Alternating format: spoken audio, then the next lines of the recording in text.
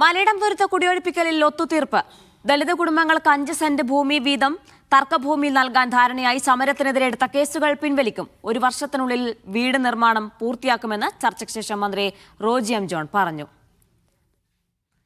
ഈ തർക്കഭൂമിയിൽ തന്നെ 5 സെന്റ് ഭൂമി ഈ ഓരോ കുടുംബങ്ങൾക്കും കൊടുക്കാനും അതോടൊപ്പം അതിനാവശ്യമായിട്ടുള്ള വഴി പൊതുവഴിയായിട്ട് പഞ്ചായത്ത് വഴിയായിട്ട് ലഭ്യമാക്കാനും അവർ നൽകുന്ന ഈ ഭൂമിയിൽ അവർക്ക് ഈ കുടുംബങ്ങൾക്ക് കയറി കിടക്കാൻ സാധിക്കുന്ന തരത്തിൽ 1000 സ്ക്വയർ ഫീറ്റിൽ കുറയാത്ത ഒരു വീട് അത് ഗവൺമെൻറ് തന്നെ മുൻകൈയെടുത്ത് ഈ ഓരോ കുടുംബങ്ങൾക്കും വെച്ചു കൊടുക്കുകയും ചെയ്യും എന്നുള്ള ഒരു നിർദ്ദേശമാണ്. മുഹമ്മദ് സാലി ചേർന്ന വിശദാംശങ്ങൾ നൽകാനായി. സാലി, എങ്ങനെയാണ് ഈ പ്രശ്നത്തിൽ ഒരു ഒത്തുതീർപ്പ് ഉണ്ടാകുന്നത്? ചർച്ചയിൽ എന്തൊക്കെ കാര്യങ്ങളാണ് നടന്നത്?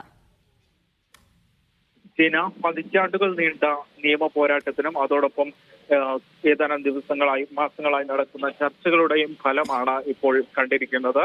ഇപ്പോൾ ഇരു വിഭാഗവും ഒത്തുതീർപ്പിലെത്തിയിരിക്കുന്നു.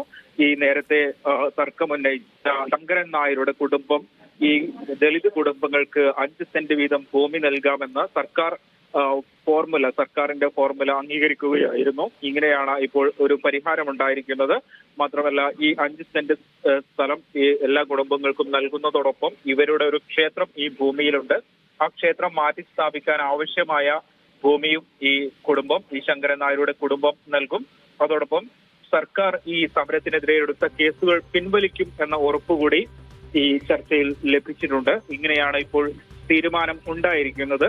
മാത്രമല്ല, സമരം വിജയമാണെന്നും സമരം പൂർണ്ണ വിജയമാണെന്നും അതുകൊണ്ട് തന്നെ സമരം ഇതോടുകൂടി അവസാനിപ്പിക്കുകയാണ് എന്നും സമരസമിതി അറിയിക്കുന്നുണ്ട്. ഇങ്ങനെ രമ്യമായ ഒരു പരിഹാരമാണ് ഇപ്പോൾ ഉണ്ടായിരിക്കുന്നത്. ജീന, ശരി. മുഹമ്മദ് സാലിഹാണ് വിവരങ്ങൾ നൽകിയത്.